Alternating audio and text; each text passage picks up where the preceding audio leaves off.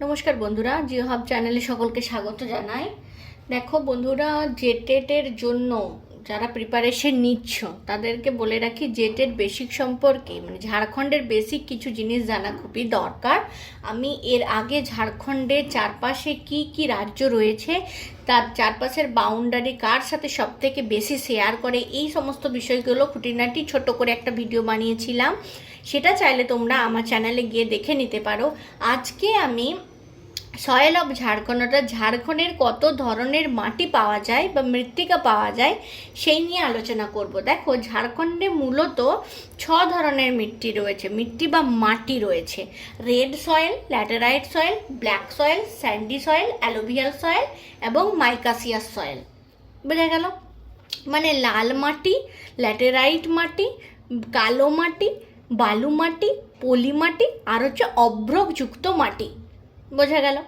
এটা আমি সুন্দর করে ম্যাপের মধ্যে এই কারণেই দেখিয়েছি যাদের তোমাদের সমস্ত বিষয়টা এক ঝলকেই মনে থাকে। আর এখানে এই ইন্ডেক্স কি ফলো করেছি সেটার নাম কিন্তু সুন্দর করে দেওয়ার চেষ্টা করেছি। তো চলো বন্ধুরা, শুরু করা যাক। প্রথমেই যে যার কথায় আসবো বা যে মাটির কথা বলবো সেটা হলো 1 নম্বরে দেখো রেড সয়েল বা লাল মাটি। ঝাড়খণ্ডের মোটামুটি 90% এরিয়া, ঝাড়খণ্ডের 90% এরিয়ায় কিন্তু বা এই ছোটনাগপুর না প্লেটু যে অঞ্চল তার বেশিরভাগ মাটি কিন্তু রেড সয়েল বা লাল মাটি। বোঝা গেল? এটা এই সয়েলের যে টপ ল্যান্ডটা তাকে ট্যান্ড বলা হয়। কি বলে? 1 মিনিট। এটাকে বলে ট্যান্ড। এটা খুব গুরুত্বপূর্ণ, এগুলো ছোট ছোট বিষয়গুলো মনে রেখো তোমরা। এর যে টপমোস্ট লেভেলটা, এই লাল মাটির টপমোস্ট লেভেলটা ওকে ট্যান্ড বলা হয়।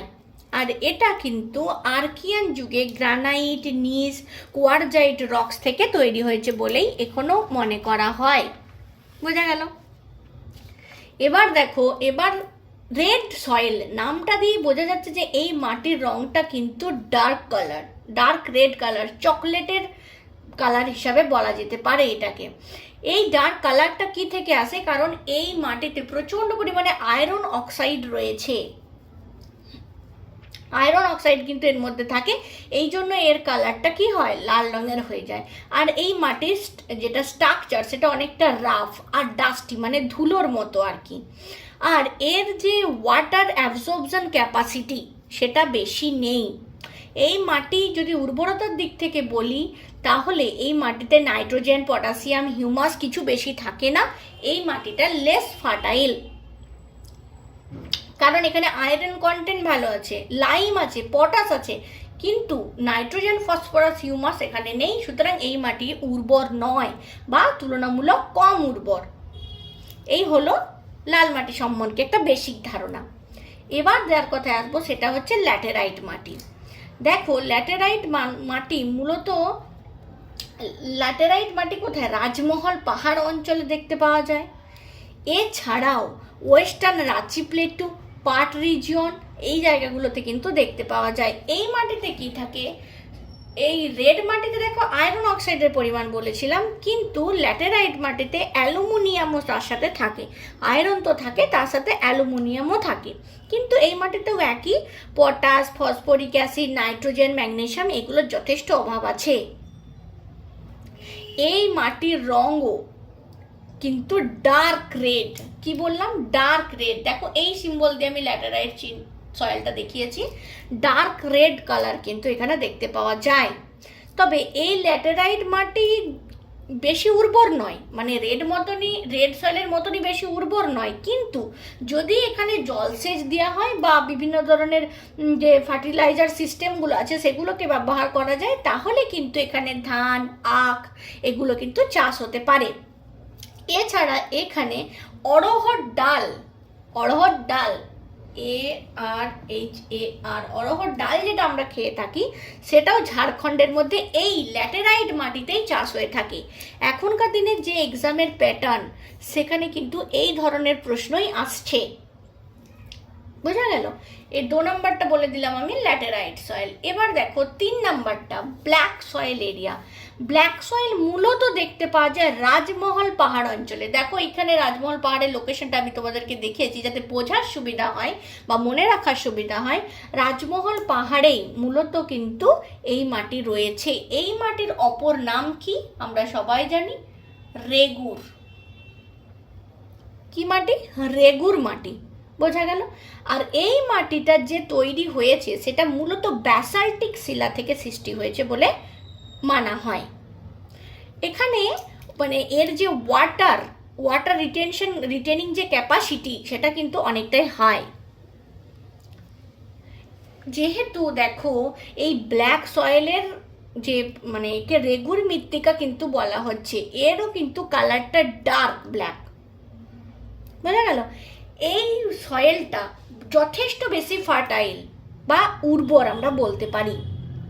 এখানে কি চাষ হয়? আমরা জানি মহারাষ্ট্রে যে ব্ল্যাক সয়েল এরিয়াটা থাকে সেখানেও কটন চাষ হয়। মানে ব্ল্যাক সয়েলের একটা বৈশিষ্ট্যই হচ্ছে ভালো, সেখানে কিন্তু তুলো চাষ হয়। এছাড়া এখানে ধানও চাষ হয়ে থাকে। মানে এই যে রেগুর মৃত্তিকা অঞ্চল বা ব্ল্যাক সয়েল এরিয়া রয়েছে রাজমহল পাহাড় এবং তার চারপাশের এলাকায়, সেটা কিন্তু মানে যথেষ্ট কটন বা তুলা চাষের জন্য যথেষ্ট উন্নত হয়ে গেল।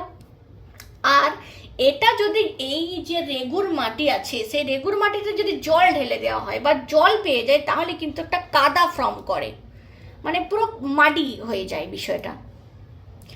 এটা বললাম 3 নাম্বার ব্ল্যাক সয়েল সম্বন্ধে। এবারে দেখো 4 নম্বরে যে সয়েলটা আছে, এই ছোট্ট ছোট্ট বালু দিয়ে দেখিয়েছি বা বালি দিয়ে দেখিয়েছি, সেটা হচ্ছে স্যান্ডি সয়েল। স্যান্ডি সয়েল মূলত দামোদর ভ্যালি অঞ্চলে আর হাজারিবাগ এবং ধানবাদের কিছুটা অঞ্চল জুড়ে অবস্থান করেছে। এই দেখো এটা আমি যেটা দেখিয়ে দিয়েছি সেটা হলো, এটা ব্লু রঙের, আমার তার উপরে রেড দিলাম আর কি, বোঝা দিলাম আর কি। এটা হলো দামোদর ভ্যালি অঞ্চল। এখানে মূলত স্যান্ডি সয়েল দেখতে পাওয়া যায়। আমরা জানি যে এরিয়া দিয়ে রিভার বয়ে যায় সেই এরিয়ায় অনেকটা বালু অংশ পরিলক্ষিত হয়, ঠিক কি না? এটা গন্ডোয়ানা যুগের শিলা দিয়ে তৈরি হয়েছে বলে মনে করা হয়।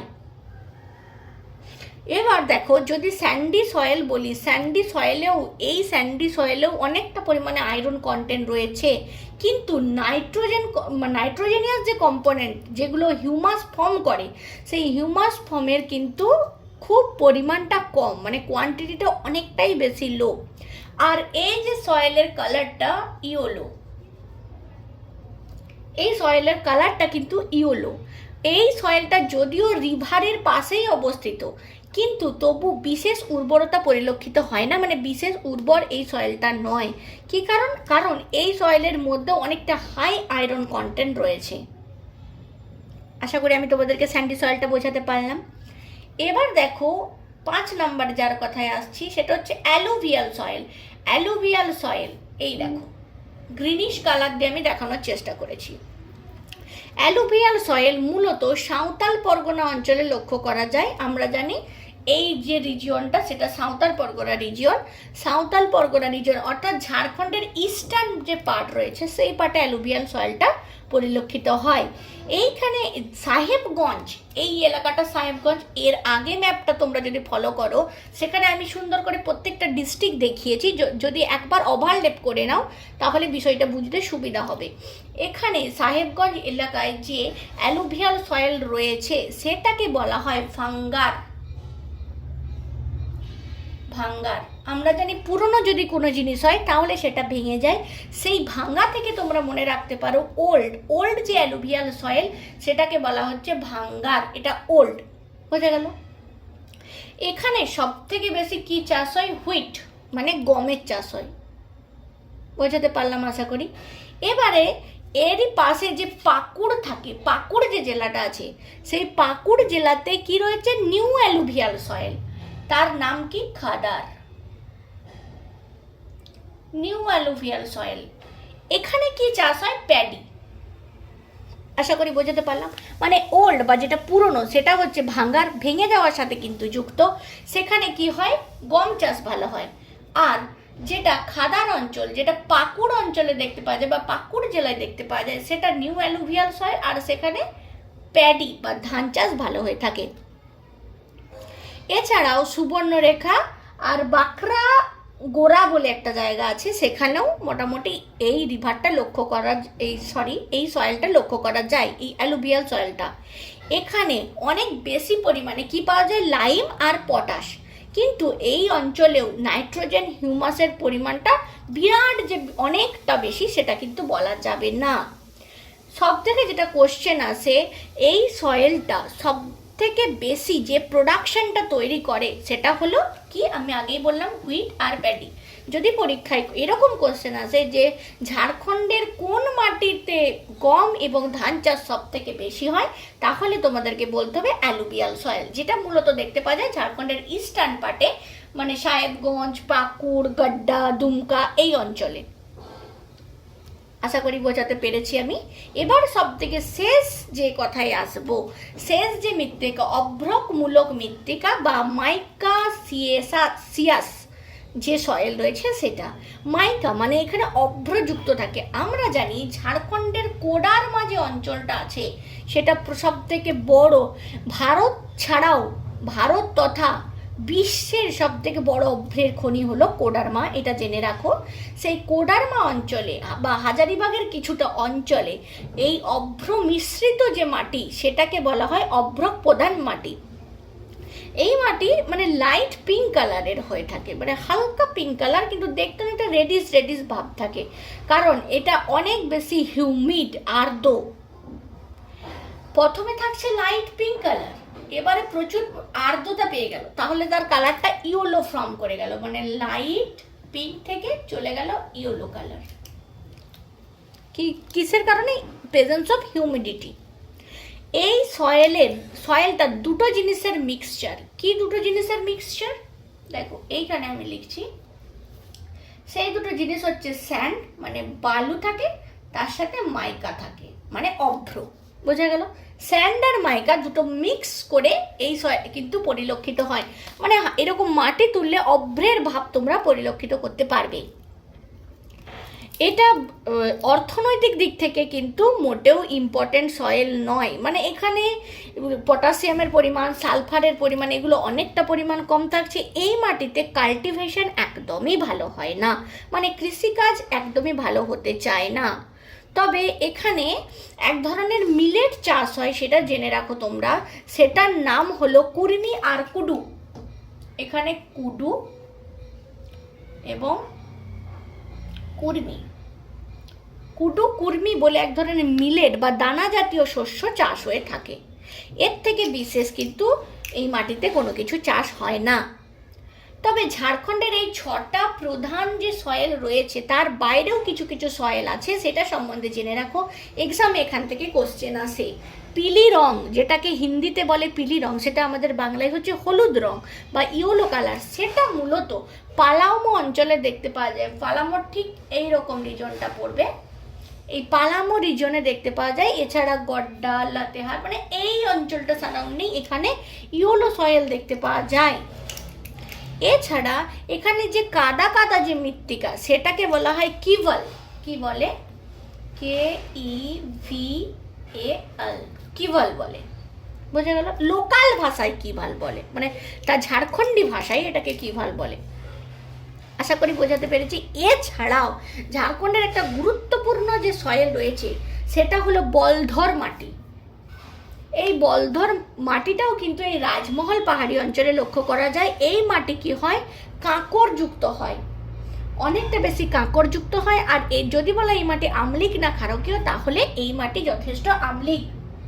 আর এই মাটির রংটাও লাল হয়ে থাকে। রাজমহল পাহাড় অঞ্চলে দেখতে পাওয়া যায় বলধর মাটি, এটাও এক্সামে কিন্তু আসে গুরুত্বপূর্ণ মাটির মধ্যে। তো আমি বাংলায়, অনেকেই আছো যারা ওয়েস্ট বেঙ্গল থেকে ঝাড়খণ্ডের দেবে, সুন্দর করে তাদের জন্য বুঝিয়ে বললাম। তো সবারই আশা করি এটা খুব কাজে লাগবে। এটা খুব গুরুত্বপূর্ণ ছোট ছোট কোশ্চেন যেগুলো আমি বললাম সেগুলো তোমরা নোট ডাউন করে নিও। আশা করি তোমাদের ভালো লাগবে। ভালো লাগলে অবশ্যই চ্যানেলটাকে লাইক শেয়ার করে দিও আর সাবস্ক্রাইব করে দিও, যাতে তোমাদের কাছে আমার নতুন আপডেটেড ভিডিওটা সহজে পৌঁছে যায়। অবশ্যই অনেক অনেক শেয়ার করার অনুরোধ রইল, কারণ ঝাড়খণ্ডের অনেক অভ্যর্থী মানে অনেক পরীক্ষার্থী কিন্তু রয়েছে, তাদের সবার কাছে এই তথ্যটা পৌঁছে দেওয়ার অনুরোধ রইল।